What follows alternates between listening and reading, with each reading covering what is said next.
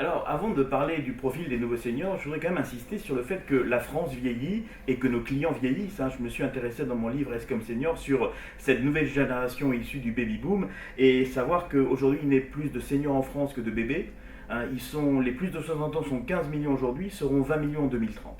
Et je me suis rendu compte à quel point les entreprises ne sont pas suffisamment préparées à l'arrivée de ces nouveaux seniors. Alors, le phénomène marquant, bien sûr, c'est l'arrivée en masse de cette génération née dans l'euphorie de l'après-guerre, entre 1945 et 64, et ce sont les premiers aujourd'hui qui ont 70 ans. Génération qui a connu, bien sûr, les 30 glorieuses, qui a bénéficié du boom de l'immobilier, qui a vraiment connu le CDI sans période de chômage, qui a bénéficié de cette période exceptionnelle de consommation, et ils arrivent aujourd'hui à l'âge où ils vont rentrer dans l'âge de la retraite. Eh bien, il faut se préparer à avoir affaire à des gens complètement différents, avec des attitudes totalement différentes de celles qu'on a connues auparavant, hein. C'est la génération qui a inventé le lave-vaisselle pour régler ses problèmes de vaisselle. Par exemple, quand elle ne voulait pas laver ses bébés, eh bien, elle a inventé les couches culottes. Elle a également la génération qui a inventé le Viagra. Et on peut lui faire confiance pour inventer les produits et les services qui vont l'aider à bien vivre sa retraite. En fait, pour elle, le vieillissement n'est pas une fatalité, mais c'est un style de vie.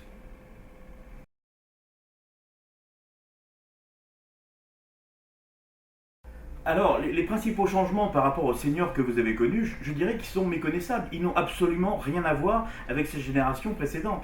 Un premier phénomène marquant, bien entendu, c'est Internet. On les appelle des silver surfers. Ils sont sur Internet, ils utilisent les nouvelles technologies tout simplement parce qu'ils les ont découvertes dans leur entreprise ou dans leur activité professionnelle. Donc aujourd'hui, ils ont des iPhones et ils communiquent tout à fait naturellement avec les entreprises et entre eux par rapport à ces nouvelles technologies. Deuxième élément, ce sont des consommateurs professionnels. N'oubliez jamais qu'ils sont les enfants de la génération de la consommation, ils sont attentifs aux marques, ils savent connaître la différence entre le service et le prix bas, ils sont également la génération hard discount et low cost, et donc voilà des consommateurs aguerris qui sont extrêmement exigeants, extrêmement attentifs à l'accueil et au service que l'on va apporter dans le cadre de la relation commerciale.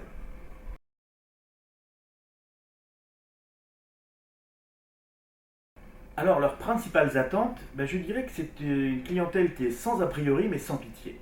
Hein, par rapport à eux, il faut être les meilleurs ou les moins chers. Et il n'y a pas de place pour l'à peu près. Ce sont des gens qui peuvent être extrêmement exigeants, qui en veulent pour leur argent, ils sont prêts à payer pour un véritable service, du conseil, de la relation personnelle et personnalisée. En revanche, ils seront sans pitié s'ils vous trouvent moyen, s'ils vous trouvent pas professionnel. Hein, on est vraiment en train de passer de cette notion de clients satisfaits à des consommateurs enthousiastes. Et ce sont des gens, dernier point, qu'il ne faut pas oublier, qui sont extrêmement communautaires.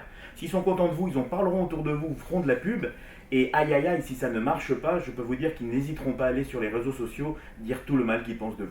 Donc je dirais qu'une clientèle complètement différente de ceux que vous avez connus, peut-être plus exigeante, peut-être plus compliquée à satisfaire, mais lorsque ça se passe bien, eh bien je peux vous dire que c'est le jackpot, et lorsque la confiance est établie, ça peut être très rémunérateur par rapport à votre entreprise.